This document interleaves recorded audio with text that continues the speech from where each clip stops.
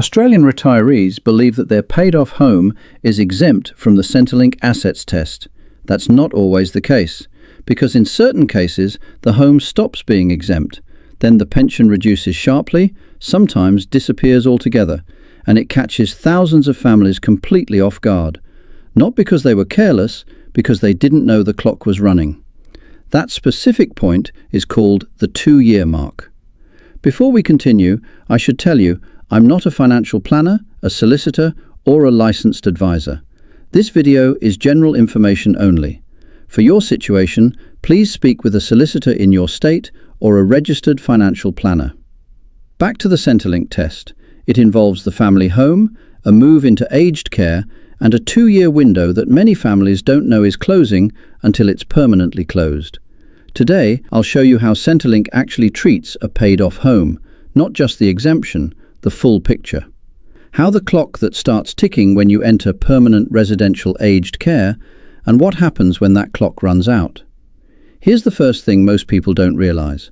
The home exemption doesn't mean your house has no effect on your pension. It means the house isn't counted as an assessable asset.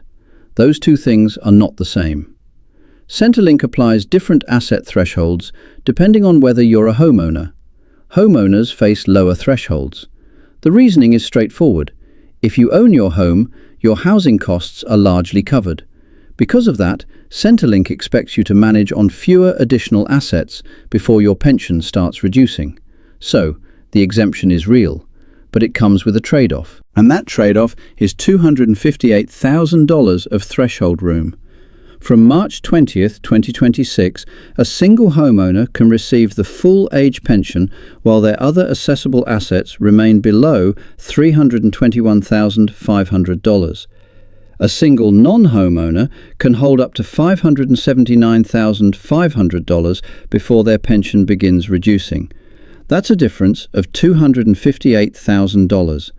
The same gap appears elsewhere in the system. A couple who owns their home can receive the full pension while their combined assessable assets remain below $481,500. A non-homeowner couple can hold up to $739,500, again a difference of $258,000. So, while your home is exempt, it still shapes how the rest of your finances are assessed. The taper rate matters too. Once your assets move beyond the full pension threshold, your pension reduces by $3 per fortnight for every $1,000 above the limit. Let's put some numbers around that. A single homeowner with $400,000 in assessable assets is around $78,500 above the threshold. That would reduce their pension by approximately $235 per fortnight, roughly $6,100 per year. For many retirees, none of this creates an immediate problem. If your assets sit below the relevant threshold, the distinction between homeowner and non-homeowner may never matter. Where it does matter is for the retiree with a paid-off home and a few $100,000 in super. And across Sydney, Melbourne, Perth and most major cities, that's a very large group of people. Now let's talk about the clock. When a single person leaves their principal home and enters permanent residential aged care, Centrelink allows the home to remain exempt for 2 years, provided no partner continues living there. For those 2 years, the property stays outside the assets test. The person continues to be treated as a homeowner, the pension continues to be assessed as though the home still isn't there. The clock starts on the day they enter care. It doesn't pause, it doesn't reset, and it doesn't stop because the family is busy dealing with everything else. This is where the pattern tends to repeat itself. An elderly parent has lived in the family home for decades. They're receiving a full or part pension. The home is their major asset. Then a health event occurs. They move into residential care. The 2-year clock starts. And often, nobody realizes it has started. Then, day 731 arrives. That's when the exemption ends. The home becomes a fully assessable asset at its current market value. The person is reclassified from homeowner to non-homeowner.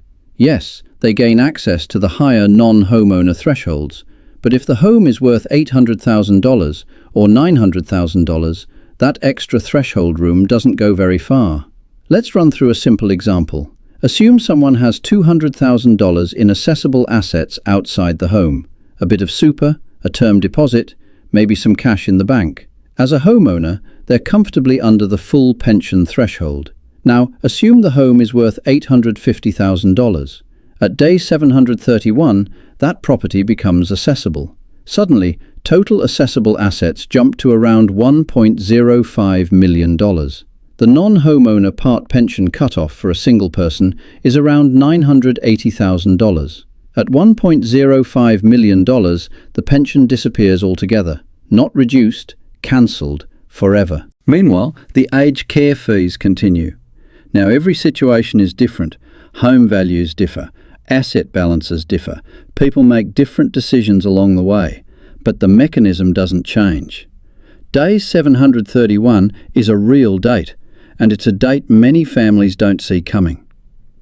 There's another issue worth understanding before we move on. During the 2-year exemption period, some families choose to rent out the former home to help offset aged care costs. That's entirely understandable. But while the property may remain exempt as an asset, the rental income is not exempt as income. The income test operates separately from the assets test. Any rent received is assessable, and Centrelink expects to be notified within 14 days of the rental arrangement beginning.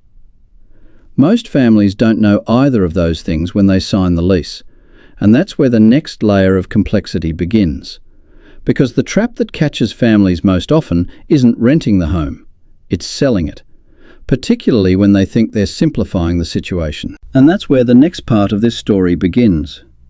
The trap that catches families most often isn't renting the home, it's selling it, particularly when they think they're simplifying the situation. Most people assume that selling a property automatically makes things easier. Sometimes it does, but not always. And there are two separate situations where the sale of a home creates consequences that families don't expect. The first involves downsizing. The second involves selling a former home while someone is already in residential aged care. Let's start with downsizing, because this is becoming increasingly common.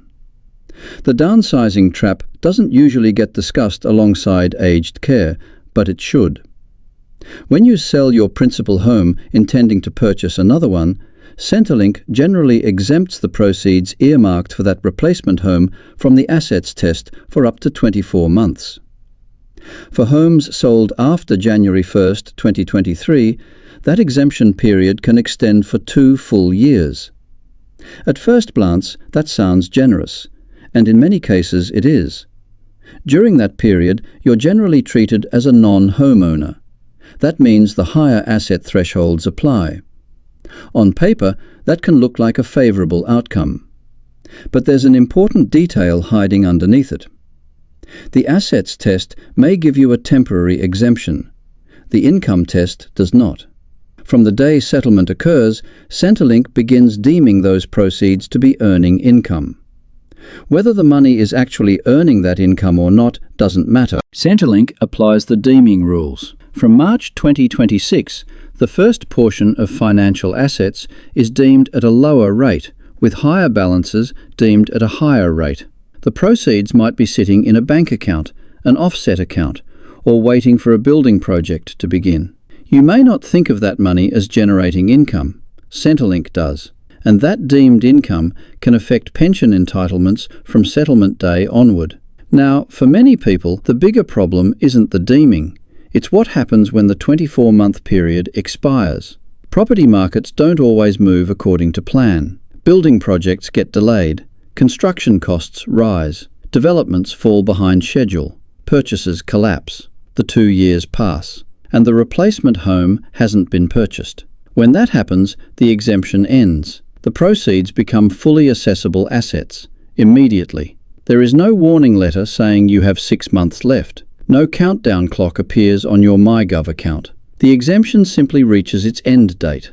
An extension may be available where delays were genuinely outside your control. But you need to know that option exists, and you need to apply before the original exemption period expires. That's the key point. The rule isn't necessarily harsh. It's simply time-sensitive. and people rarely think about deadlines that are still 2 years away. Now let's move to the situation that catches families most often, and usually has the largest financial impact. Someone enters residential aged care. The 2-year home exemption begins. Everything we've discussed so far applies. The property remains exempt. The person continues to be assessed as a homeowner. The pension continues. Then somewhere during those 2 years, the family decides to sell the home. It's an understandable decision. The house is sitting empty. Maintenance costs continue. Insurance costs continue. Rates continue. The family may believe selling the property will simplify everything. But here's the detail that catches people. Many assume the exemption continues until the original 2-year period expires. It doesn't. The exemption ends at settlement, not at day 731. At settlement. The moment the sale completes, the assessment changes. The person is immediately treated as a non-homeowner. The sale proceeds become assessable financial assets, and the income test begins deeming those proceeds as income. That means selling in month 14 is not the same as keeping the home until the end of the exemption period. The consequences begin when settlement occurs, not when the original 2-year clock reaches its end. This surprises families all the time, because from their perspective, the exemption period hasn't expired yet. They're still inside the 2 years. Surely the protection should continue. But that's not how the assessment works, and that's why understanding the timing matters so much. The question that usually follows is whether there's a way to reduce the impact. That's where the discussion often turns to a refundable accommodation deposit, commonly known as a RAD. A RAD is one of the more misunderstood parts of the aged care system. For Centrelink purposes, a RAD-D is generally an exempt asset. It doesn't sit inside the assets test in the same way ordinary financial assets do. That can make it a useful planning tool in some circumstances, but it's important to understand what it does and doesn't do. A RAD is not treated as the purchase of a new principal residence. That means the home sale exemption rules don't continue simply because sale proceeds are used to pay a RAD-D. The mechanism is different. The outcome may still be beneficial, but the analysis becomes more detailed. It depends on the accommodation payment structure. It depends on the person's assets. It depends on the rest of their financial position, which is why this is usually the point where professional advice becomes worthwhile. Not because the rules are impossible to understand, because every family's numbers are different, and that's where personalized calculations matter. Now, let's step back for a moment, because the 2-year rule isn't hidden. It's not buried in some obscure corner of the legislation. It's on the Services Australia website. It's part of the Social Security framework. It's been operating in essentially this form for years. The issue isn't that the rule is secret. The issue is timing. The families dealing with a transition into residential aged care are rarely spending their evenings reading the Social Security Guide. They're dealing with a health crisis. They're completing aged care paperwork. They're organising powers of attorney. They're helping a parent through one of the biggest changes of their life. Then, 2 years later, a revised assessment arrives. The pension that has been helping cover aged care costs is reduced dramatically, or disappears altogether. Not because Centrelink acted outside the rules, because a clock reached its end. A clock the family didn't know was running. And that's the part that has always stayed with me. After 40 years in the system, the situations that stood out weren't usually the complicated ones. They were the avoidable ones. The situations where the outcome could have been anticipated if somebody had known the right question to ask early enough. This is one of those situations. Which means the most useful step is surprisingly simple. Get the numbers modelled before day 731, not after, before. Ideally, 6 to 12 months before the exemption expires. Have someone run the calculations. Include the current market value of the home. Apply the non-homeowner thresholds. See what the pension position is likely to look like once the exemption ends. A licensed financial advisor who specialises in retirement or aged care can do that. So can the Financial Information Service through Services Australia. And that's a service more Australians should know about. The FIS exists specifically to help people understand how decisions like these affect their finances. The question I'd take into that meeting is straightforward. Can you show me what my pension entitlement is likely to look like once the 2-year home exemption expires, and what options exist before that date arrives? That's the conversation worth having. Bring the RAD question to the same meeting, and if you're planning to downsize rather than enter aged care, ask another question. How will the income test treat my sale proceeds from settlement day, and what happens if my replacement home isn't purchased within the exemption period? One conversation before the decision is made is usually worth far more than trying to fix things afterwards. Because the thread running through everything we've discussed is really one simple idea. Your paid-off home is never completely invisible to Centrelink. It shapes your pension thresholds from the day you claim the age pension. It starts a clock when you leave it for permanent care. It generates assessable income if it's rented, and the exemption itself ends on a specific date, a date the system knows, and many families don't. None of this makes the rules unreasonable. They're navigable. The tools exist. The opportunities to plan exist. But they're only useful if you know about them before the decision point arrives. So, if you have a parent in residential aged care, find out the date they entered. That's your starting point. Count forward 2 years. If that date falls within the next 12 months, book a financial information service appointment now. It's free, and it can help you understand what happens when the clock reaches day 731. Because in the end, that's really the whole message. The clock is the thing. Know when it started, know when it ends. Take care.